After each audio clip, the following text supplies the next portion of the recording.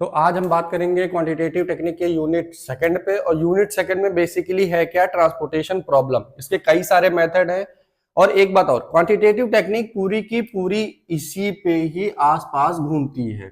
Transportation problem के आसपास ही पूरी की पूरी क्वांटिटेटिव टेक्निक घूमती है। ठीक, इसका जो पहला मेथड है, इसके कई सारे मेथड है, वोगल्स मेथड है, नॉस्ट ट्विस्ट कॉर्नर मेथड है। ठीक, फिर स्टार्ट करते हैं। फिलहाल मेथड सारे आएंगे, वो बताता रहूंगा, सिंपलेस्ट मेथड जितने भी सारे मेथड है। तो नॉर्थ वेस्ट कॉर्नर मैसेज जो आएगा वो हमारा question basically same to same ऐसा ही लिखा होगा। ये दिया, डिमांड दिया होगा, सप्लाई दिया होगा। बेसिकली हम लोगों को ध्यान क्या रखना है, डिमांड और सप्लाई, इसी के ये जो पॉइंट्स दिए हुए हैं, इसी पॉइंट्स के पे ही पूरा का पूरा क्वेश्चन सॉल्व होगा। अगर जो ये पॉइंट्स आप गड़बड़ कर गए या ये ध्यान में नहीं रखें तो क्वेश्चन गलत हो जाएगा। ये डिवाइड इसके टोटल दिया हुआ है, अगर जो टोटल नहीं दिया हुआ तो आप एग्जाम में टोटल कर लीजिएगा, क्योंकि ये दोनों का डिमांड और सप्लाई का टोटल होना बहुत जरूरी है। अगर जो इनकेस टोटल नहीं होता है तो उसका दूसरा मेथड है, अगर जो यहाँ पे सप्लाई चेंज नहीं होगी तो इसमें रो ऐड करेंगे, अगर जो यहाँ पे डिमांड चेंज नहीं होगा तो कॉलम ऐड करेंगे। इस हिसाब से चेंज होता रहता है। अगर जो बेसिक कुछ चेंज हो गया तो हम यहाँ पे एक एक्स्ट्रा लाइन देके उसके बाद उसको टोटल करवाएंगे, उसके बाद यहाँ पे आगे सॉल्व करेंगे। वो दूसरा मेथड है जब ये दोनों चीजें यहाँ पे सेम ना हो तब। लेकिन अभी यहाँ पे सेम है तो सीधा सीधा क्वेश्चन सॉल्व करने पे आएंगे। अब नॉर्थ वेस्ट कॉर्नर मेथड कह रहा है नॉर्थ से ही स्टार्ट करना है क्वेश्चन को सॉल्व करने के लिए, कहीं और से नहीं सॉल्व करना है, नॉर्थ से स्टार्ट करना है। नॉर्थ से स्टार्ट करने के लिए यहां हमारा इस पॉइंट से स्टार्ट करना है, इस पॉइंट तक आना है। ठीक भाई, ये तो सप्लाई मिल गया है यार, यहाँ इस पॉइंट तक आना है, यहां से स्टार्ट करेंगे, यहां तक आना है। ये सप्लाई है, ये डिमांड है। अब स्टार्ट सप्लाई क्या कहना है कि जो यहाँ पे क्या सप्लाई में कह सकते हैं कि यहाँ पे ऐसा एक वैल्यू पुट ऑन करें कि डिमांड और सप्लाई की जो एक रो और कॉलम दोनों अलग हैं वो एक मैक्सिमम अलोकेशन पे सेटिस्फाई करें। अब यहाँ पे कह रहा है, यहाँ पे 4 दिया हुआ है, यहाँ पे मैक्सिमम अलोकेशन कितना दे सकते हैं, कितना दिया हुआ है 7। तो मतलब यहाँ पे हम 7 दे सकते हैं, तो पहली वाली लाइन की अलोकेशन कंप्लीट हो जाएगी। ये पहले ए लाइन की जो सप्लाई है यहाँ पे ये मैक्सिमम 7 दे सकते हैं, तो ये 7 यहाँ पे मैक्सिमम दे सकते हैं क्योंकि डिमांड में 9 है। जब डिमांड में 9 है, यहाँ पे सप्लाई में कम है, तो कम वाली वैल्यू को हम पहले देते हैं। ऐसा नहीं कि डिमांड हम अगर जाके यहाँ पे 9 पुट कर दिए, 9 दे दिए तो यहाँ पे सप्लाई हमारी कम है तो ये हमारा गलत हो जाएगा। तो ऐसा नहीं है, हम जो सबसे कम वैल्यू होगी वो पुट करेंगे। तो कम वैल्यू हमारी जो है वो 7। इसको हटा के जो 4 था इसको फिर से सही करते हैं।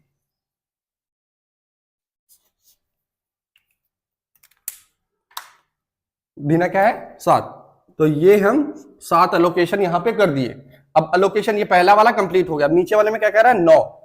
ठीक, 7 ऊपर पहले दे चुके हैं, नीचे कितना कह रहा है 9 देना है। मैक्सिमम अलोकेशन इस लाइन में हम 9 ही दे सकते हैं, तो एक तो यहाँ पे 2 दे दिया। ठीक, तो 7 और 2 9, तो इस वाली लाइन का अलोकेशन कंप्लीट हो गया। अब यहां से ये अलोकेशन कंप्लीट हो गया। अब बढ़ेंगे क्या, दूसरी लाइन की तरफ, इधर बढ़ेंगे, क्योंकि अब हमको इस वाले पे देखना है, सप्लाई ये देखना है। तो 2 यहां दे चुके हैं। ठीक, अब बचा क्या हमको, अगर जो यहाँ पे 10 देना है, यहाँ पे 13 देना है, तो 10 में से 2 हम पहले दे चुके हैं, मतलब यहाँ पे अब हमारा बचा कितना 8। तो हमें मैक्सिमम अलोकेशन इस लाइन में हम कितना कर सकते हैं 8। तो हम अभी कहते हैं कि छोटा वाला देना है, तो हम यहाँ पे करेंगे छोटा वाला 8 2 10। ठीक, तो ये 10 हो गया, यहाँ पे 10 मतलब इस लाइन का अलोकेशन कंप्लीट हो गया। अब यहाँ पे क्या कह रहा है, यहाँ पे 13 दे सकते हैं। फिर नीचे आएंगे, कितना दे सकते हैं 5, 8 5 13। अब इस वाली लाइन का अलोकेशन कंप्लीट हो गया। देखो इस वाली का कंप्लीट हो गया, इस वाले का भी कंप्लीट है, इस वाले का भी कंप्लीट है। ठीक, अब बढ़ते हैं थर्ड की तरफ। थर्ड बढ़े, थर्ड में कह रहा है 9 दे सकते हैं। सप्लाई यहाँ पे जो हमारी मैक्सिमम अलोकेशन कह रही है वो 9। यहाँ पे हम कितना दे चुके हैं पहले से ही 5, बचा कितना 4, सीधा 4 दे दिया यहाँ पे, 5 4 9, इस लाइन का एलोकेशन कंप्लीट हो गया। इधर कह रहा है 14 दे सकते हैं, 14 नहीं, यहाँ पे मैक्सिमम अलोकेशन कह रहा है 20 दे सकते हैं। अब 20 में हमारे पास 4 यहाँ पे हम पहले ही दे चुके हैं, यहाँ पे बचा कितना 16। कितना हुआ 16 4 20, मैक्सिमम अलोकेशन कंप्लीट हो गया। मैं ये कह रहा हूं नॉर्थ वेस्ट मेथड ट्रांसपोर्टेशन का सबसे इजीएस्ट मेथड है। इससे इजी मेथड आपको किसी भी कोई भी क्वेश्चन में नहीं मिलेगा। अगर जो एग्जाम में दिया होगा find the transportation problem applying, ये अगर जो नहीं दिया हो, अगर जो क्वेश्चन मान लीजिए दिया हुआ हो, अगर जो ये ना कह रहा हो कि नॉर्थ वेस्ट से सॉल्व करो, केवल दे रखा होगा, बस यही दिया होगा, बस ये अप्लाई नहीं दिया होगा, find the basic flexible following, ठीक, ये दिया होगा, कुछ मत करना। आपको कोई मेथड, जब यहाँ पे ये मेथड का कोई स्पेसिफिकेशन नहीं दिया होगा तो आप सीधा सीधा आपको जो मेथड सबसे ज्यादा इजी लगता हो उस मेथड से सॉल्व कर दिए। तो जो सबसे इजी मेथड यही है नॉर्थ वेस्ट, तो आप इजी से सॉल्व करते हैं। अब सारी एलोकेशन हमारी कंप्लीट है, यहाँ पे हो गई, यहाँ पे ये 16 4 20, ये 20 वाली भी हमारी कंप्लीट हो गई, ठीक। अब हमारी एलोकेशन कंप्लीट हो गई, अब हम स्टार्ट कर देंगे। ये फिलहाल नहीं देना, ये तो मैंने समझाने के लिए लिखा था, ठीक। अब एलोकेशन जो करना क्या है, कुछ नहीं करना, जो हमने एलोकेशन दिया हुआ है उसी का केवल और केवल मल्टीप्लीकेशन और एडिशन करना है। यहाँ पे कितना है, जो हमने दिया था ये 4 into 7, पहला एलोकेशन ये कंप्लीट, ये जो एलोकेशन दिए थे पहला कंप्लीट।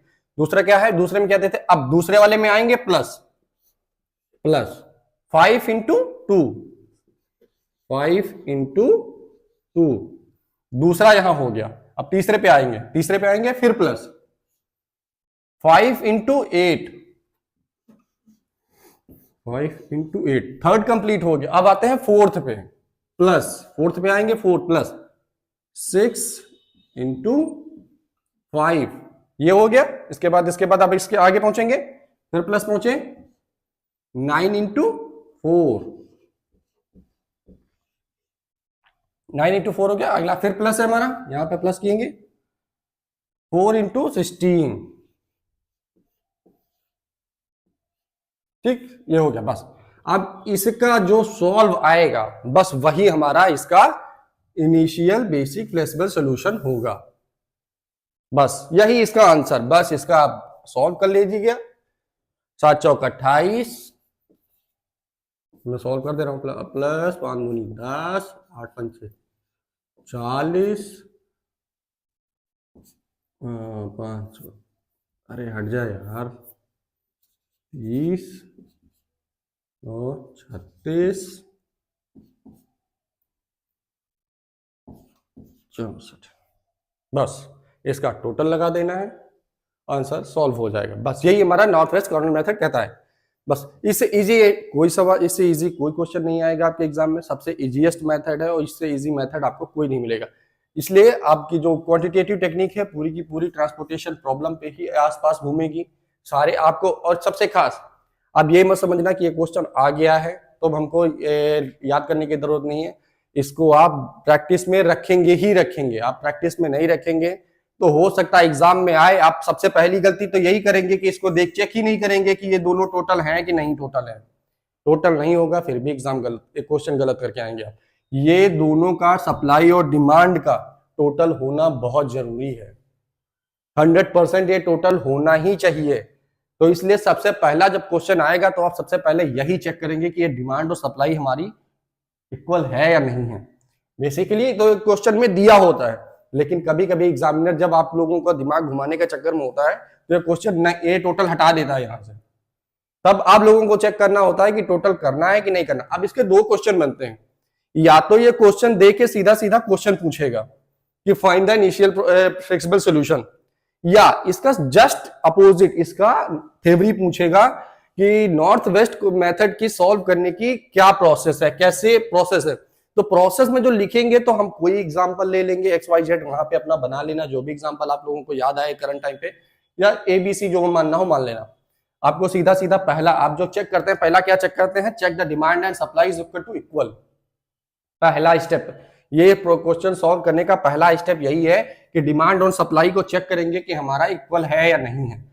ये आपकी पहली कंडीशन थ्योरी में लिखेंगे। उसके बाद आप स्टार्ट करेंगे कि नॉर्थ से स्टार्ट करेंगे, विद एग्जांपल बनाते चले जाएंगे कि नॉर्थ हम यहाँ पे ए से स्टार्ट किए हैं, उसके बाद फिर यहाँ पे इतना लोकेशन दिए, वो क्वेश्चन जो आप एग्जांपल लेंगे उस हिसाब से उसको सॉल्व करके ये फाइनल करेंगे।